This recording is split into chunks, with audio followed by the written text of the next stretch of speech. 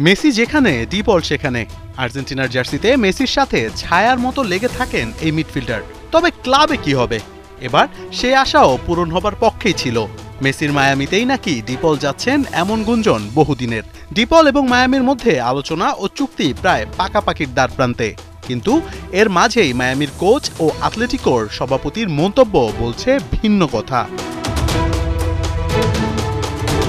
আতলেতিকোর জার্সিতে 2021 সাল থেকে সার্ভিস দিয়ে যাচ্ছেন বিশ্বকাপ জয়ী এই মিডফিল্ডার। দলটির মাঝমাঠের প্রাণভ্রমর হয়ে উঠেছেন ডিপল। তবে আতলেতিকো মাদ্রিদের সভাপতি এনরিক কেরেজো অবশ্য ডিপলের দলবদল নিয়ে সৃষ্টি করেছেন ধোঁয়াশা। তার উত্তর স্পষ্ট, ধরি মাছ কিন্তু না ছুঁই পানি।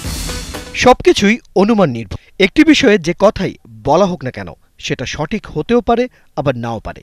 এই মুহূর্তে আমরা এমন কিছু জানি না। অন্যদিকে মায়ামির হেড কোচ হাবিয়ার মাস্টেরানো দেখাচ্ছেন আশার বাণী। ডিপলকে নিয়ে যদিও স্পষ্ট কোনো মন্তব্য করেননি এই আর্জেন্টাইন, তবে তার কথায় বোঝাই যায় এই মিডফিল্ডারকে পেতে কতটা মরিয়া তার দল। কেননা ডিপলের ইনক্লুশন মায়ামির শক্তি বাড়াবে বহু গুণে।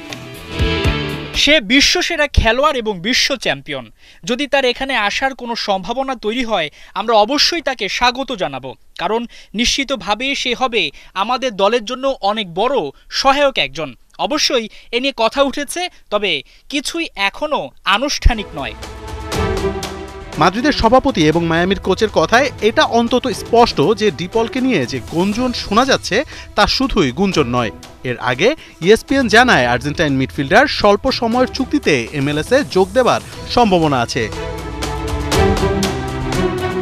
এছাড়া চলতি মাসেই আতলেটিকোর সঙ্গে দর কষাকষি করতে ইন্টার মায়ামির কো-ওনার জর্জ মাস মাদ্রিদে উড়ে যান। যদিও ফ্লোরিডার ক্লাবটিতে যোগ দেওয়ার সময় এবং চুক্তিটির বিষয়টি এখনও অনিশ্চিত।